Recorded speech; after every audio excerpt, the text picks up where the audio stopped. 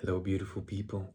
I was just watching a video about how a lie or an untruth, some manipulation, when it is inserted in our beliefs, this creates a false reality in which we live, starting from childhood and then, in adulthood, and it still influences us in a negative, detrimental way.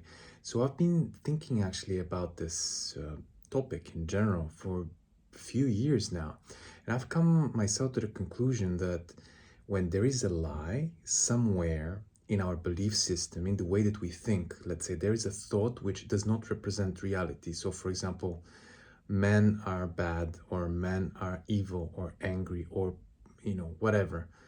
Um, and this, if there is such a belief, such a thought that we possess, and it doesn't mean that you'll be constantly thinking about this, but this means that your communication or in general relation with men would have this as a premise, an unconscious sometimes premise. We can always, of course, sense such a premise in terms of feelings or emotions, or let's say precautions that we might have in our conversations, in our relations. And I'm giving this example about men just as an instance, nothing more. But taking this example and giving you this idea that such a belief can create a huge dissonance in our life, and we might not even know about it. But our life just goes on, and we continue living in such a way that the house that we've built with beliefs, the belief house, let's say, all the walls, windows, doors and everything, the rooftop, ceilings, etc., are different beliefs. And when there is one belief which is unsustainable, which is in dissonance with everything else, that means that everything else is crumbling. It might be very slowly, it might be just progressively, having the house kind of crumbling, in a way, like shaking. And for example, things starts cracking up, the walls, suddenly the the frame of the door is not fitting anymore because the wall is too heavy because of something that cracked in the foundation that has been there for a long time, and because it's been kind of undermining, the stability of the house. At some point everything else starts falling down in one way or another. And then guess what? Accidents happen, incidents happen in our lives, illness happens, dramatic situations and events in our lives happen, and we're thinking, why everything is, I'm living as usual, right, as normal, nothing has changed really. And that's exactly the case, because we might not realize how a false belief, or let's put it like this, like a negative thought, which is incorrect perception. Because the correct perception would be, in this case, about all men are bad, the correct perception would be all humans are good, innately good and loving, right? Because this is by default. When we see kids, we see that kids are loving and accepting. Kids forgive almost immediately. And that's how everybody is. That's how everybody is supposed to be, even when they're 66. Doesn't matter. But such a belief can be so detrimental that such a dissonance creates a huge misrepresentation of reality and of what is, of what really is. And we live in some sort of a lie, that our lives become a representation of a false narrative in our mind. Because to this false narrative, what is attached? Negative emotions, negative perceptions of the world, yourself in the world, your safety in the world, your power in the world as well. Fear of others, fear of situations, fear of who you might be as you show up in the world, how you're going to be treated, and so on and so forth. And a lie, doesn't matter how big or small it is, when we believe in it, it creates a dissonance. And this dissonance is detrimental always, always. And we might think, but this is a small thing. That's, this is something else is much more kind of worthy of recognizing, because it might create a lot of havoc, wreak havoc very quickly, create a lot of disturbance very quickly, because it's a big problem. Well, I'm not saying that big problems are better or worse than small problems. I actually say that they're quite equal, because a big problem becomes big when it's being given a lot of attention and power by us, by our focus, by our thinking about it, and thinking and thinking and imagining in our mind's eye. And guess what? This creates reality. This creates manifestation. So back to the point of something which is untrue and which we believe in. And imagine that you believe, this is what I was hearing now in this video, and it's an amazing example. Imagine that you believe that you love your kids very much and that there is a loving God as well. But when something happens in their life, and let's say that you're religious, something happens in their life, and you say, God, why are you doing this to them? Why did they deserve that? Then you're saying, actually, what you're saying is that God is less loving than you are, because you wouldn't punish your children in this way, but you see in your belief God can, and God will, and God is. Just look at this huge dissonance. Now, the belief system, which is very unconscious in a lot of us, just unexplored. We believed in those things when we were kids and never questioned them after that because of, many different reasons. Society, family, friends, whatever. But now it happens so that we believe that God is less loving than us. And guess what we are creating after that in our world, in our lives? We're manifesting this. And it's been manifested in a passive way, meaning that we are unconscious of this. And then we're saying, but why God is doing this? Why is God doing this to children, to people, etc.? Well, if you have the belief that you live in a world in which the God of this world is less loving than you, and you hold this unconscious belief, guess what you're creating? Guess what we are creating with such beliefs? And this is just an example. But an equally powerful example is if we unconsciously believe that all men, or respectively women, are bad, evil, only want to profit, only want to take advantage of us, that they can do more, they can do better, that they're worthy, that we're not. All of those things are just false narratives, false beliefs, and those false beliefs are creating a huge dissonance, and this is constantly shaking and undermining the foundation of who we are. Because when we hold such beliefs, we cannot build a strong foundation, and the foundation of you being like a very authentic self, representing who you truly are, the one that is seeing through those eyes right now. This is the one that you are. And those beliefs are basically the defining is if the vehicle, basically this beautiful body that you're having, is defined. Those beliefs are defining if the vehicle is going to operate properly and what the vehicle is going to create with the power of energy, with the power of action, thinking, talking, feeling, visualizing, and all those other attributes, and tools that we are using. And a lot of people are using them unconsciously. And I'm not saying this in order to blame them. Many people are waking up now. So I don't even know if actually many people are unconscious of this anymore. Because what I see, especially nowadays, is just that the crazy numbers are just waking up. People waking up in all sorts of ways. And that's beautiful. At the same time, I know that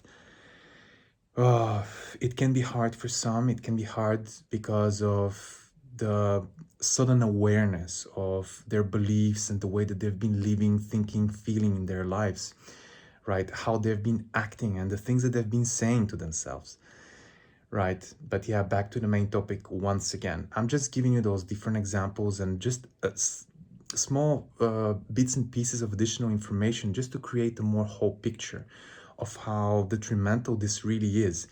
Because when I say, for example, when I say that any sort of untrue belief is detrimental, that really means every. And that doesn't mean that now we have to start chasing them off. We have to start, fighting them off, and, because we all know that we have those. What this means is paying attention, to when something like this happens, to when we feel in a specific way in regard to a specific thought or in a specific situations which is recurring in our lives, and then seeing it for what it really is. How am I really thinking in this situation? How am I really feeling in this situation? In what kind of occasions has this situation occurred? And with those questions, with this sort of inquiry, we get to understand what is really going on in us. And we can change. We can change those beliefs. We can change those feelings, not forcefully, but by accepting first what is. Because by knowing that such a negative or untrue belief causes havoc and is in disharmony with who we truly are. Basically, we're building a vessel, because our vessel is corresponding with those thoughts and emotions. Our bodies are non-stop influenced by them. And when we influence them in a negative way, we are basically sowing and reaping some negative effects. We're sowing and reaping situations in our life and manifestations in our life which are not in accordance to who we truly are, because we truly are happiness, we truly are love, because those are the states that feel whole, those are the states that feel easy and expanded and natural, and we literally innately just want to stay constantly in those states because we're meant to, and now we're waking up to this. We're waking up to this superpower. Many people will not believe if you tell them that we're meant to be non-stop happy and loving constantly, not in excitement, not in like this overwhelming excitement, being impatient and anxious, but happiness, peaceful happiness, joy and love for ourselves and for others, for everything that we do, for what we have, natural gratitude, basically. The natural flow of gratitude.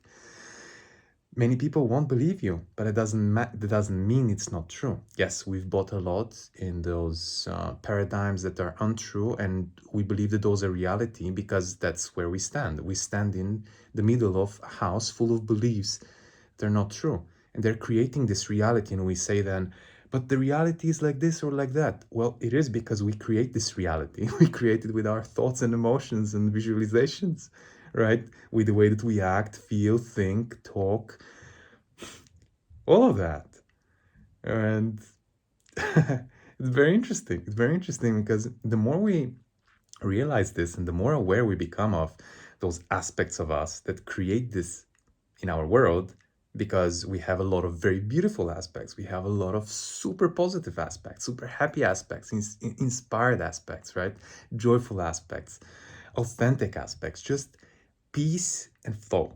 We have them. We have them, and there we do incorporate them in the things that we do. It really just what matters is if they are more or less than the opposite. But the moment most people start shifting, the moment they realize that their lives are literally just making them suffering like crazy. Unfortunately, that's the case with most of us, including me. That's how I woke up. That was my story of awakening. I was just in deep suffering. I wasn't realizing what I'm really thinking, what I'm seeing in my mind's eye, what kind of things, thoughts, and words and actions I'm projecting in the world. And this reflects from within, right? Because this is all happening within. Because the moment we stop entertaining such thoughts, the moment we stop entertaining such visualizations, conscious or unconscious visualizations in our minds, and we start really nourishing and sowing what we really want to reap, basically abundance, gratitude, flow, expansiveness, adventure, beauty, love, right, compassion, then everything starts changing in our lives. And there are many people that might challenge us on the way, but if we see those people as just people that have really bought into those dissonances and they don't see a way out yet, because some of them will do, most of them will, probably almost all of them will at some point in their life, that there is another way. But it's just what we can have for them is compassion, really compassion. And I'm saying it really from the bottom of my heart, compassion. Because we've all been lost and we've always found out we've not always, but we've all found that there is something else. We've all been lost and we've all found a way, or a part of a way, or a path. We've all have seen the light in one way or another and have chosen to follow it. Big time, small time, doesn't matter, but we've all done this. So compassion is really, really important, just to remember what those people are actually reminiscing us of, right? Of our past, of who we used to be. And they only deserve love, exactly like what we deserve, because we're all love anyway. And the moment we feel love for them and compassion, we really start to feel that we are one with them, right? That we've never been separate, that we've never been disconnected. We do not know why those things happen in such ways that one person wakes up much earlier than another, but mysterious are God's ways, right? And I guess that's not the goal to find out why. That's just how it is. That's just how it's happened, and that's that. It's beautiful that it did. We can be even grateful for that it did. That somebody was awakened before us, or that we woke up before somebody else. We can be grateful. We can find what to be grateful for. We can find what to be happy about. Even in the worst of situations, we just need to be aware that those situations are being created by the dissonances that we hold. And when we basically choose to rejoice in those moments and be thankful that we are aware of that, and we choose not to believe in it. We choose not to believe that anything or anybody else has created this but us. And we know that through rejoicing and gratitude and love and happiness and letting go, we can change it. Then big things start happening, big things. So that's my message. I know it's been a long video, but I really wanted to say that because dissonance, doesn't matter of what magnitude, creates only more dissonance. And when we see that, we start understanding that what we've been taught at school has created huge dissonances in us. What we've been taught by society, family, etc. Not to blame, not to judge them, but just to understand that we've bought into some huge dissonances. And now, with love, basically with the opposite, we start healing it. We start changing it. We start shifting from this paradigm, because it's just a paradigm. It's nothing more than a paradigm. It's just a belief, right? So, yep, really, my heart, my mind out there supporting you all in shifting, in changing, in loving, in being happy, in understanding yourself, in being who you truly are, because who you truly are is beautiful, magnificent, and abundant. See you very soon, guys. Ciao for now.